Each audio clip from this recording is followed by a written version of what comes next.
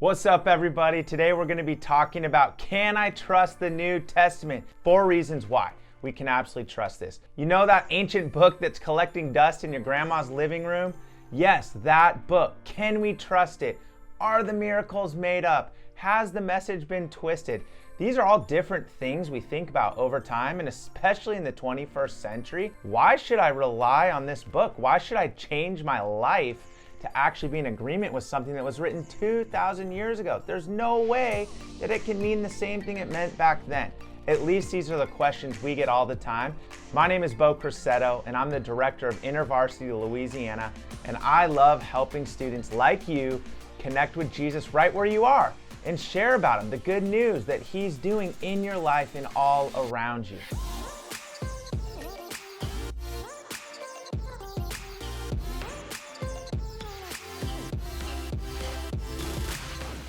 So let's get into it. Why can you trust the Bible, specifically the New Testament? From a historical perspective, I want to lay out for you 4 reasons why what was written 2,000 years ago can still be trusted today without a shadow of a doubt. So the 4 words I want to give you: volume, time, skeptic, and miracles. Those 4 words, I'm going to unpack them. First is volume. We can trust the New Testament because the sheer amount of early manuscripts that are available to us to look at and to decide if what was written down was actually true. When a few people write the same thing, we start to believe it. When many people write the same thing, we really believe it. When an extraordinary amount of people write the same thing, we totally believe it. And here's the deal. When you took your English class in high school or now in college, and you look at some of the most famous classics, let's just take Homer's Iliad. It's one of the most famous classics known to man. There were 648 original copies of that book. We don't question the accuracy of that book. When you read that book, if you've ever read that book, your professor, your classmates, they don't ever say, is this really true? Was the message twisted like a game of telephone? No, it's taken as gospel truth, because why would it be changed? There's so many early manuscripts. Well, Homer's Iliad had 648 copies. You know how many copies of the New Testament, specifically the Gospels, we have from the early manuscript forms? 5,000. Yes, not 648, 5,000. That's almost 6 times the amount of early manuscripts. So if we can trust the Iliad, we can trust the New Testament in the sense that what was written is still accurate today. We can check and see that many people have confirmed with their writings what was written, what was seen, what was done by Jesus in the early days. So that's volume. The second one is time, okay? A lot of people will say, hey, how can I trust what's written in the Bible when it was an oral culture? When was this actually written down? I mean, if Jesus died, even if he rose from the dead, who's writing these things down? And if it was hundreds of years after, how can we trust that it's true? Well, let's go back to the Iliad. The Iliad was actually written 400 years later, okay? And we trust it today. We trust it as gospel. It's not incorrect. We believe it, we read it, we don't have any concern with the accuracy of it. 400 years after it was first verbalized. Well, the New Testament, 35 years after, okay? That's not a lot of time. Jesus died in 30 AD, and the earliest gospel, the Gospel of Mark, is said to be written around 65 AD. So we're talking 35 years. And most of the Gospels were written by about 90 or 100 AD. So we're talking 60, 65, 70 years after. Well, if you think about it, I'm 38 years old. I was born in 1982. There are a lot of people that are alive today that were alive in 1982 that could say, yes, when Beau was born, I heard and I saw the things that happened. They're alive today. They can totally confirm or unconfirm what was said or done. Well, the same was true when the New Testament was written, when the Gospel of Mark was written. In AD 60, people were alive that were also alive when Jesus was alive, when Jesus died on the cross, when Jesus resurrected. So when these things were being written down, no one was questioning it. Or I should say lots of people were questioning it, but it was confirmed because people as eyewitnesses said, oh yeah, that happened. I saw it, I heard it. 30 years, that's not that long, especially in an oral culture. So if the first part is volume, we can trust it because the sheer volume of manuscripts. The second word, right, is time. We can trust it because it was written in a timely manner very soon after the death and resurrection of Jesus. Well, the third piece of evidence I would give you is what I would call skeptics, or the skeptics of the faith, namely the Jewish people, specifically the Pharisees, the religious leaders. They did not like that Jesus came to change the rules of the game as far as religion. Jesus said, I didn't come to abolish the law, meaning I didn't come to disavow the Jewish law. I came to fulfill it.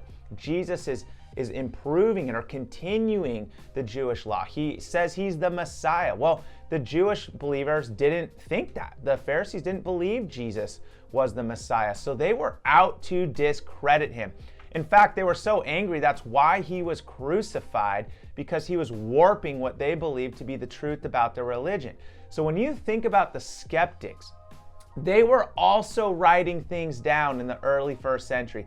They were also setting out to disprove the gospel message in the same way the writers of the New Testament were setting out to corroborate or correct or confirm the gospel message. And my favorite is Josephus. He's an early Jewish leader, and he wrote about the war of the Jewish people. It's a classic of his. And he wrote so many stories in that book. You can go and research it, Google it right now, confirming things that Jesus said and did. So when we look at the four Gospels, the first four books in the New Testament, Matthew, Mark, Luke, and John, many things that Josephus and other rabbis wrote about concerning what Jesus said and did, they also said he did them the same way that the Gospels say they did them. So what does that mean? Well, it means if you're in a court of law and you're standing before a judge and your enemy or the person against you, the person accusing you, is actually saying the same things as you are, the judge is going to look at you and go, what's the problem here? You have the same story. And so the early Jewish writers were writing many of the things that the early Christian writers were writing.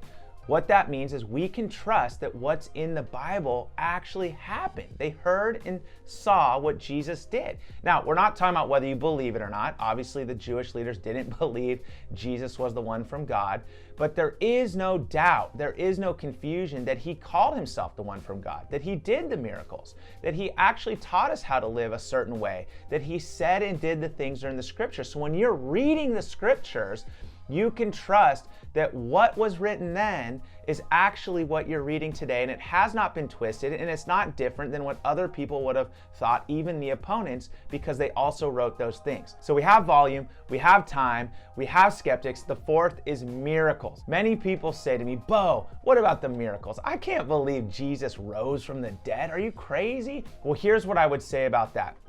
From a historical point of view, as I've been reading, and by the way, F.F. Bruce's book, Are the New Testament Documents Reliable, is a great book and where I'm getting a lot of this information. You can Google it. We'll also put in the information below this video. But what historians would say is because of the amount of eyewitnesses, incredible eyewitnesses, both on the for Jesus' side and against Jesus' side, because of the things they were writing about the miracles Jesus said. Listen to this. Some of the early rabbi leaders would say Jesus was a miracle worker, and they wrote about it. Jesus claims that he rose from the dead. Jesus multiplied bread and fish. They don't believe it, but they wrote down that this is what was happening. They said that he was actually coming with a different kind of magic or power. And so historians look at that and say, wow, there were many credible witnesses that wrote about the miracle work Jesus was doing, the healing work Jesus was doing. There was a huge story and movement about the resurrection of Jesus that was not able to be controlled. We see the Christian movement rose from that. So we're not talking about whether you should believe them or not. That's another video. But from a historically accurate perspective, historians have had to say, yes, miracles were part of Jesus' ministry. Miracles is what he did. So again, what does that mean? When you're reading the New Testament, you can believe that what is written there were actually reported accounts that have been verified. Now, we're not saying you need to believe them in faith. That's a different video. But when you're reading it, you don't have to say, oh, that must just be figurative, or they're just making it up for an illustrative point. No. Early witnesses, both on the side of Jesus and against Jesus, said he did those miracles. In the first four books in the New Testament, the Gospels, that talk about the life, death, resurrection of Jesus, they're eyewitness accounts. That's what's happening. I mean, Luke was a physician that followed Jesus. John was one of the closest followers of disciples. These are eyewitness accounts, and they have been verified by both like-minded and believing people and the opponents.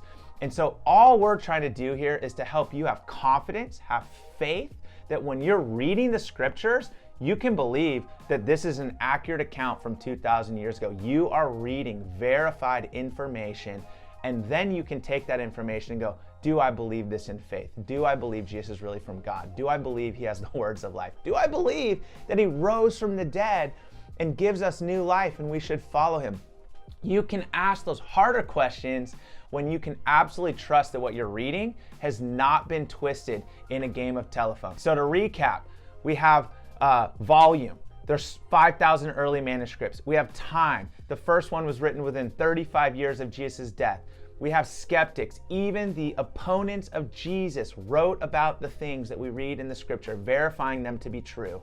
And fourth, we have miracles, which states, hey, the historical documents of Jesus also included miracles. These are not made up. These are actually accounted stories that were reported. We can trust what we're reading is real. So just want to remind you, follow us on Instagram at IV Louisiana. We're always putting out new content, or on YouTube at InterVarsity Louisiana. We love helping you grow right where you are. We are a multi-ethnic movement of college students all across the state of Louisiana trying to connect the 38 campuses of Louisiana. So if you yourself are watching this and you're on one of those campuses and you would like to connect with InterVarsity to grow deeper in your faith, to learn to follow Jesus, or even start a Christian community on your campus, we would love to help you. Reach out to us in the comments or DM us below.